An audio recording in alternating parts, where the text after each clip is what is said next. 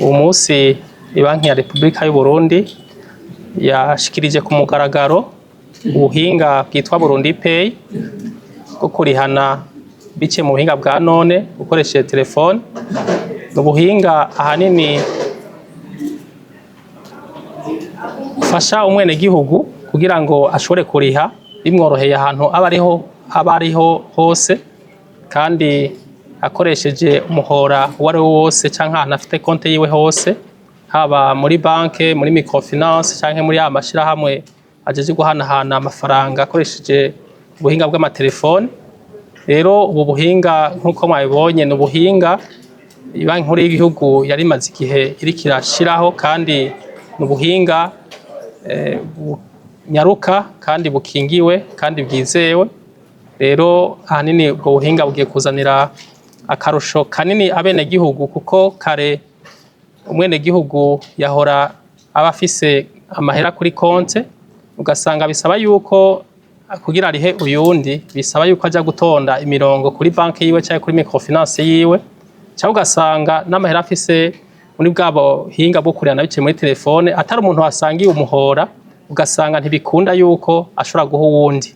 Rero ubu buhinga hanini ico uje gusahiriza umwenegihugu nuko umuntu aho afise konte hose uzosanga ashobora kuronkera amahera uyundi, canke akaja kureba ibidandazwa canke amaserivisi yandi ahari hose atagutama, kuko murabona yuko abenshi baja kurotira amafaranga ugasanga batonze imirongo amasaha n'amasaha, ugasanga bataye akazi, abandi nabo ugasanga bataye umwanya wo kuja mu kudandaza canke gukora ibindi by'ubuzima bwa misi yose.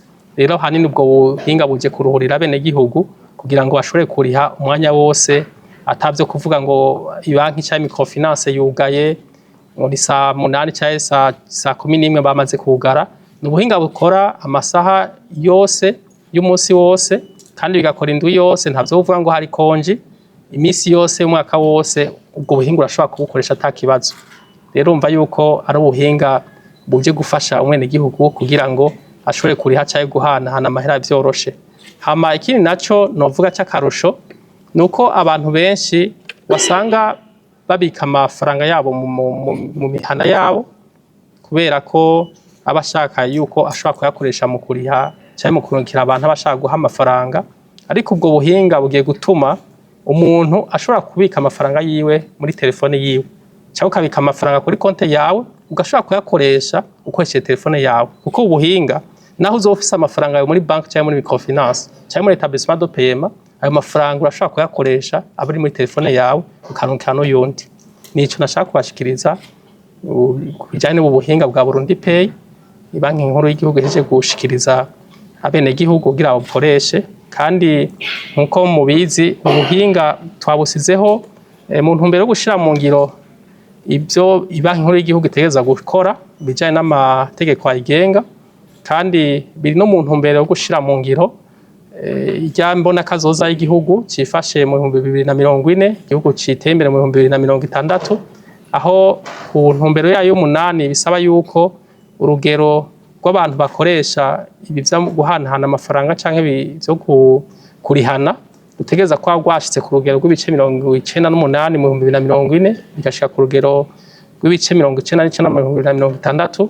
Murumva yuko bizotuma abantu bose bashobora kubakoresha telefone bagashobora kurihana bakoresheje ubuhinga bushasha bwa Burundi Pay. Burundi Pay ni ubuhinga nkuko nabivuze bwashyizweho ni Banki Nkuru ya Repubulika y'u Burundi, butuma amabanki yose, ama microfinance yose, ama établissement de paiement yose ashobora guhanahana amafaranga. Ariko ino munsi ubundi buhinga bwari busanzweho nk'akarorero nk'ibi amabanki basizeho cyangwa ama microfinance yabasizeho cyangwa amashirahamwe yo guhanahana amafaranga, nuko wasanga umuntu aha ubasangiye umuhora gusa, canke naho niwo uno mudasangiye umuhora kugira umuhereze amafaranga wasanga ari ibintu bizimvye cyane gose. Ariko kubera ivyo bibazo nyene usanga ubwo buhinga busanze buhari budashobora gutuma abadasangiye aho buguruje amakonti adashobora guhanahana amafaranga cyangwa badashobora kurihana. Ahanini navuga nti ubu buhinga n'ubuhinga novuga yuko Banki Nkuru yasizeho bwo gufasha guhuza amashirahamwe yose aje afasha abenegihugu kubika amafaranga yabo. Rero ahanini icyo novuga nuko muri ubu buhinga ibanki nkuru yasizeho nuko mu kiringo c'imyaka 3 ata mafaranga ibanki nkuru y'igihugu izokwaka amabanki cyangwa microfinance cyangwa amashirahamwe yo guhanahana amahera biciye muri telefone kugira ngo bifashe mu kubuzigama imyaka 3 yose. Urumva rero muri ico gihe bizofasha yuko abantu bakoresha ubwo buhinga uzosanga amafaranga bariha ku mahera bariko barihana cyangwa bariko barahanahana amafaranga usanga ari ku giciro gitoyi ugeranije n'ubundi buhinga.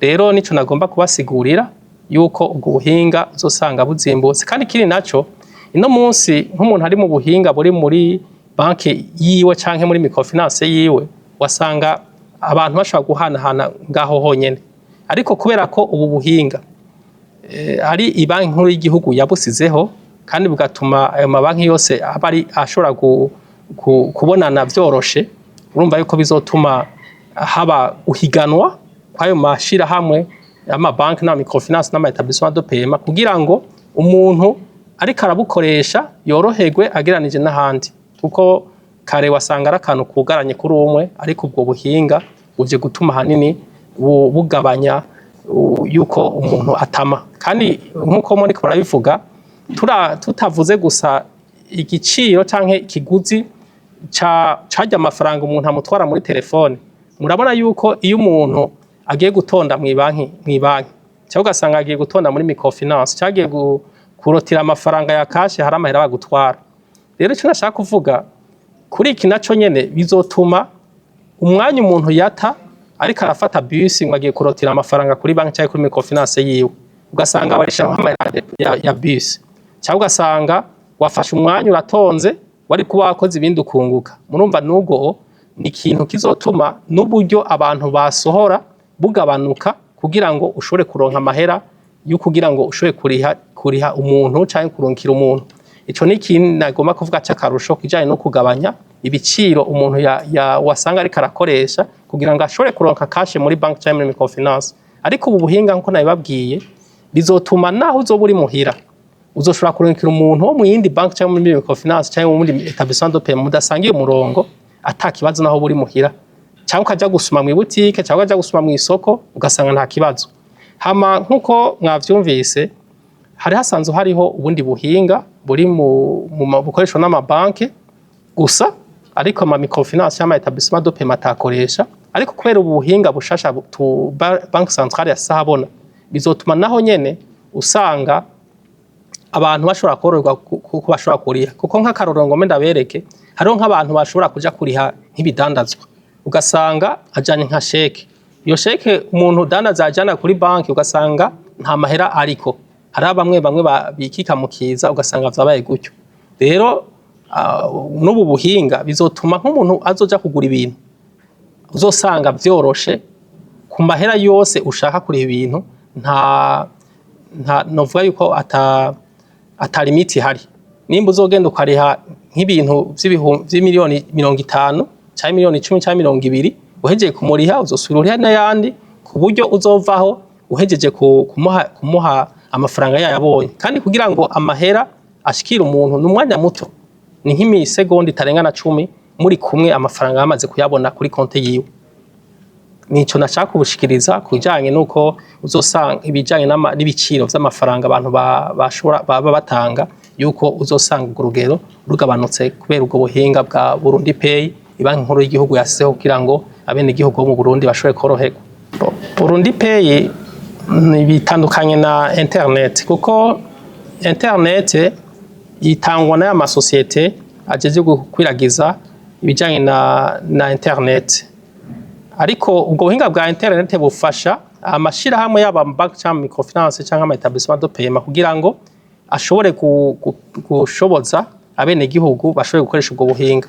Ariko gusa ico no babwira nk'akabijya kuri iki kintu ca Burundi Pay nuko ahantu hose hashobora kuba hakora telefone, nuko ubwo buhinga ushobora kubukoresha mu kuriha. Nuvuga ko ahantu hose ubona ko ushobora gutelefona ufise telefone ubwo buhinga bwa Burundi Pay burashobora gukora.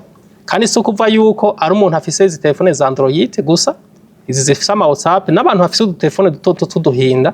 Ahantu hose ushobora kuba wo telefone umuntu, nuko ushobora kuba ufite amahera yawe muri banke cyangwa muri telefone yawe, ushobora kuriha umuntu atakigoranye na kimwe. Niho rero bitandukanye n'iki kintu cyo kuvuga ngo internet yo bikenewe, ariko sinovuga yuko ari cyo kintu gitegereza kuba kihari. Gusa dufate yuko umuntu wese ahantu ashobora gutelefona, ubwo buhinga Burundi Pay ushobora kubukoresha mu kuriha cyangwa kurungikira amafaranga umuntu ari we wese.